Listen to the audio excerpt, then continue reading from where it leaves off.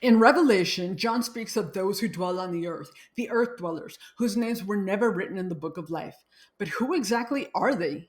Many think the idea of hybrids living among us belong to science fiction or ancient myth. But did you know that they're actually biblical? In this video, we'll explore the origins of the Nephilim and bridge the connection between the earth dwellers of Revelation and the giants first described in Genesis. Genesis 6:4 introduces the Nephilim, known in many translations as the giants. The passage also mentions the sons of God and the daughters of men. And here begins one of the great theological debates. Who exactly were the sons of God? The first view is that the sons of God were members of the righteous line of Seth, who intermarried with the ungodly line of Cain. According to this perspective, the passage is describing a breakdown of spiritual separation rather than supernatural beings.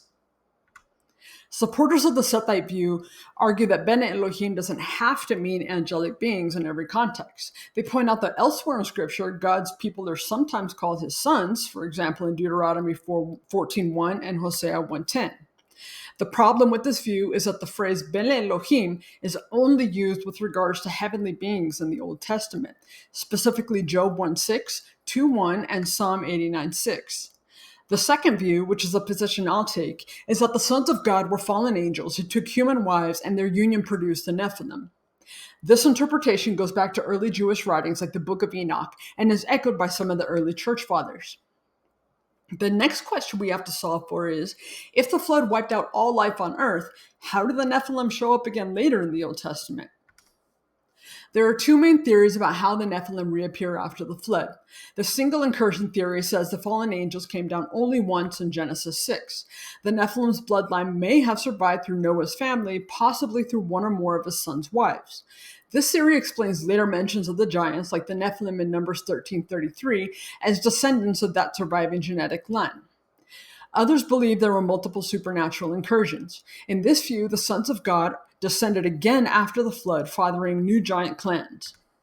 Both theories try to make sense of how giant peoples reappear throughout the Old Testament and reflect differing approaches to scriptural interpretation, worldview, and ancient context. Either way, when Israel enters the Promised Land, they encounter these giant clans again and again, leading us to the Anakim and the Rephaim. In Numbers 13:33, after the spies returned from scouting the land, they reported, "We also saw the Nephilim there, and we were like grasshoppers in our own sight, and so we were in their sight." The Rephaim are mentioned in passages like Deuteronomy 2 and Joshua 12, described as another group of giants inhabiting the land. In other words, the language of giants doesn't disappear with Genesis 6. It keeps popping up in Israel's story, suggesting a lingering connection between the Nephilim before the flood and the giant clans after it. Deuteronomy 3:11. Og, king of Bashan, was the last of the Rephaites. His bed was decorated with iron and was more than 9 cubits long and 4 cubits wide. This lineage continues into David's time with Goliath of Gath, described as a descendant of the giant clans, 2 Samuel 21. Some modern researchers, like Dr. Laura Sanger, explore whether later groups, such as the Khazarians, could trace symbolic or genetic ties to the Nephilim, and how iniquity might reactivate corrupted spiritual DNA. While these ideas go beyond the biblical text and the scope of this video, they highlight how the ancient conflict between godly and rebellious lineage still captures our imaginations today.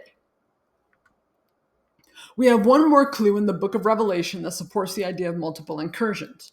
John writes of those whose names are not written in the book of life, the earth dwellers who aligned themselves with the beast. Just as in Genesis 6, they represented corrupted humanity, spiritually altered, rebelling against God and awaiting judgment. Revelation describes a world once again filled with deception, hybridization, and humanity merging with what is not human. The same pattern we saw before the flood reemerges, the boundaries between heaven and earth blurred, and rebellion multiplying across the earth.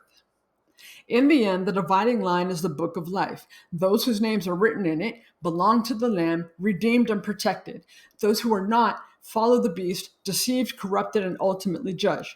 Revelation brings the story full circle from Genesis to the end. The cycle of corruption, judgment, and redemption repeats.